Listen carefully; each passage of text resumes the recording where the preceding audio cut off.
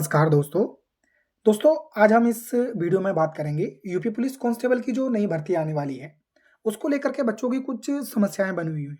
उन्हीं के बारे में हम इस वीडियो में बात करेंगे और मैं ऐसी आशा करूँगा कि आपको वीडियो के लास्ट में आपकी समस्या का समाधान मिल जाएगा। जिसमें पहला बच्चों का सवाल है कि भर्तियाँ कब तक आएँगी और क्या आयु में छूट मिलेगी? और तीसरा सवाल है, हम सबको क्या करना चाहिए? ठीक है, इन सब तीनों टॉपिक पे हम इस वीडियो में बात करेंगे। खास करके जो सबसे इम्पोर्टेंट सवाल बना हुआ है बच्चों का कि क्या आयु में छूट मिलेगी जो नई भर्ती आने वाली है पीएससी की। तो ठीक है, हम इस तीनों टॉपिक पे बात करेंगे और वीडियो के लास्ट तक आप बने रहेंगे, तो आपको सारी समस्याएँ सॉल्व हो जाएँगी, मैं ऐसी आशा करूँगा। और उसके बाद भी कोई डाउट रह जाता है, तो आप बेझिझक आप कमेंट बॉक्स में बिल्कुल बता सकते हैं, बिना किसी परेशानी के। तो चलिए हम अपने इस तीनों टॉपिक पे बात कर लेते हैं। पहला हमारा प्रश्न है कि भर्ती कब तक आएगी? ठीक है, तो इसके बारे में अगर हम बात करें, तो जैसा कि आप लोग सभी जानते हैं कि अभी भर्ती बोर्ड के द्वारा 2025-26 में प्रस्तावित भर्तियाँ परीक्षा कैलेंडर जो है जारी किया गया है। जिसमें 2025-26 तक की जितनी भी प्रस्तावित भर्तियाँ हैं, उनके लिए कैलेंडर जारी किया गया है। सबसे पहले तो इस कैलेंडर के लिए बहुत-बहुत धन्यवाद सरकार और भर्ती बोर्ड दोनों को। और सबसे इम्पोर्टेंट बात ये कि देखो इसी चैनल पर ना कैलेंडर की फुल डिटेल वीडियो चैनल पर अवेलेबल है। तो एक बात को बार-बार हर वीडियो में कहना सही नहीं है। तो इसीलिए अगर आपको कैलेंडर के बारे में जानना है कि कौन-सी भर्ती कब आएगी, तो चैनल पर आप जाकर के चेकआउट कर सकते हैं। उसी पर सारी वीडियो अवेलेबल हैं और इसकी भी वीडियो आपको मिल जाएगी। अगर आप कहेंगे मुझे कमेंट बॉक्स में बता देना, नहीं तो मैं आपको उसका वीडियो का लिंक आपको कमेंट बॉक्स में पिन करवा दूँगा। ठीक है? अब अगर हम इसमें बात कर लें पीएससी की भर्ती की केवल, तो देखो पहला प्रश्न हमारा यही था कि क्या भर्तियाँ कब तक आएँगी? तो अगर हम पीएससी की बात करें, जिसमें देख सकते हैं आरक्षी नागरिक पुलिस, आरक्षी पीएसी, आरक्षी विशेष सुरक्षा बल और आरक्षी पीएसी महिला, आरक्षी पीएसी या सशस्त्र पुलिस, जेल वार्डर एवं घुड़सवार पुलिस। तो इसकी अगर हम बात करें तो इसमें टोटल जो पद की बात की गई है वो 22,605 पद की बात की गई है। और इसमें विज्ञप्ति अवधि जो दे रखी है वो नवंबर 2025 है। अब देखो बच्चे परेशान क्यों हो रहे हैं कैलेंडर जारी करने के बाद भी? उसका एक रीज़न ये भी है कि जैसे आप सभी जानते हैं कि भर्ती बोर्ड के द्वारा एक बार ट्विटर पे ट्वीट किया गया था कि अप्रैल माह के अंत में भर्तियाँ मिल जाएँगी।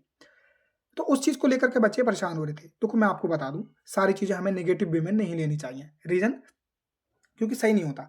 अब हो सकता है जब भर्ती बोर्ड ने कहा तो हो सकता है कोई इश्यू आया हो, कुछ टेक्निकल या कुछ ऐसी चीज़ें जो पूरी तरीके से पूरी ना हुई हों। तो शायद भर्ती बोर्ड ने सोचा हो कि डिले कर दिया जाए।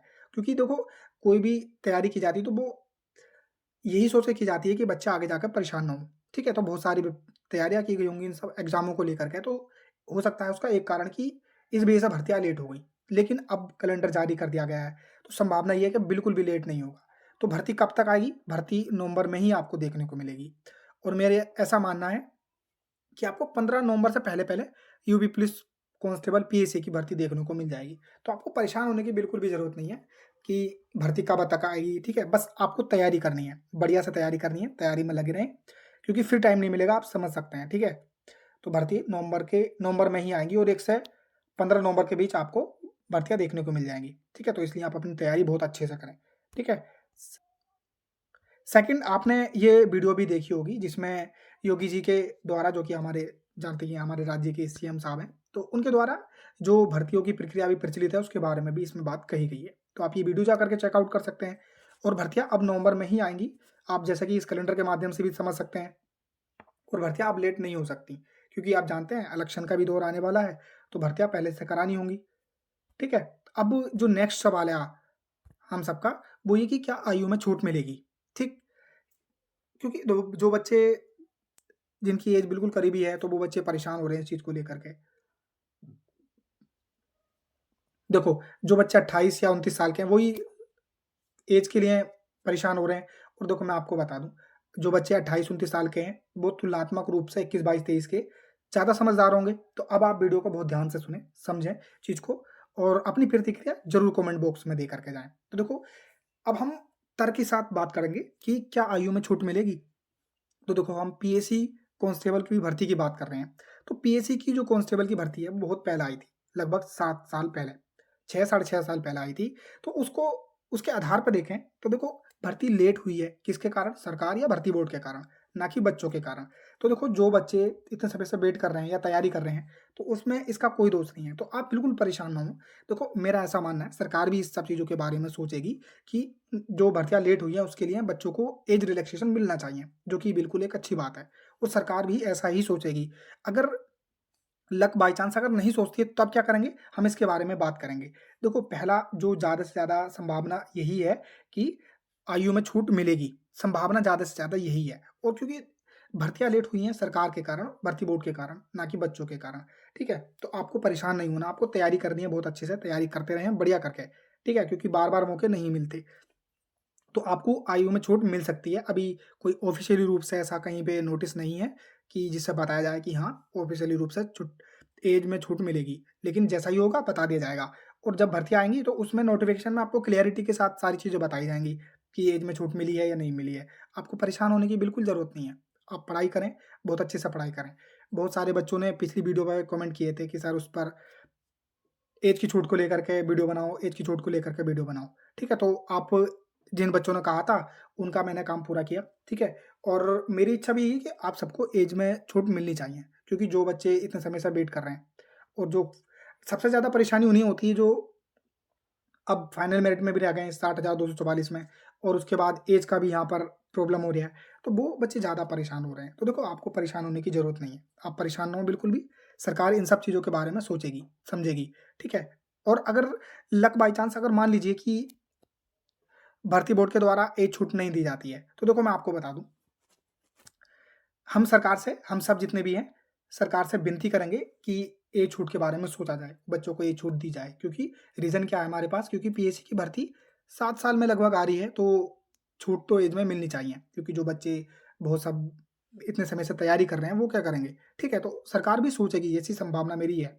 अब आप कभी सोचें कि हमने क्या किया है अभी तक जो कि किसी भी चीज़ को लेकर के। तो देखो आप इसी चैनल पर जाकर के ना यहाँ पर इन्फॉर्मेशन की एक प्लेलिस्ट बनी हुई है, उसमें जाकर के चेकआउट कर सकते हैं। जितने भी ट्विटर कैंपेन चले उसमें इस चैनल का पूरा सहयोग रहता है, ठीक है?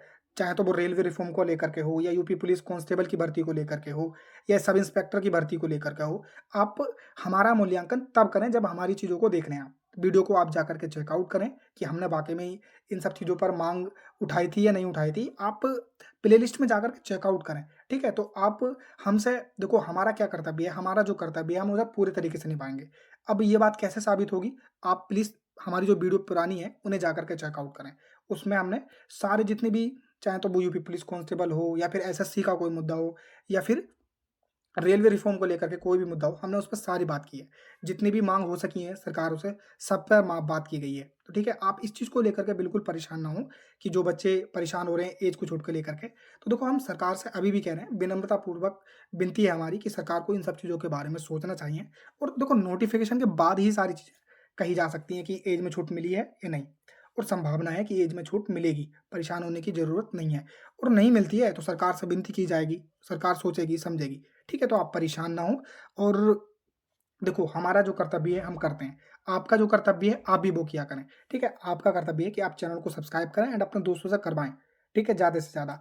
आप किसी भी टॉपिक पे क्लास चाहते हैं वो कमेंट बॉक्स में बता सकते हैं और कोई भी अगर आपको किसी भी मुद्दे पर प्रॉब्लम हो रही है तो आप वो भी कमेंट बॉक्स में ज़रूर बता सकते हैं और चैनल को ज़रूर सब्सक्राइब करें एंड अपने दोस्तों तक ज़्यादा से ज़्यादा शेयर करें। जय हिंद, जय भारत।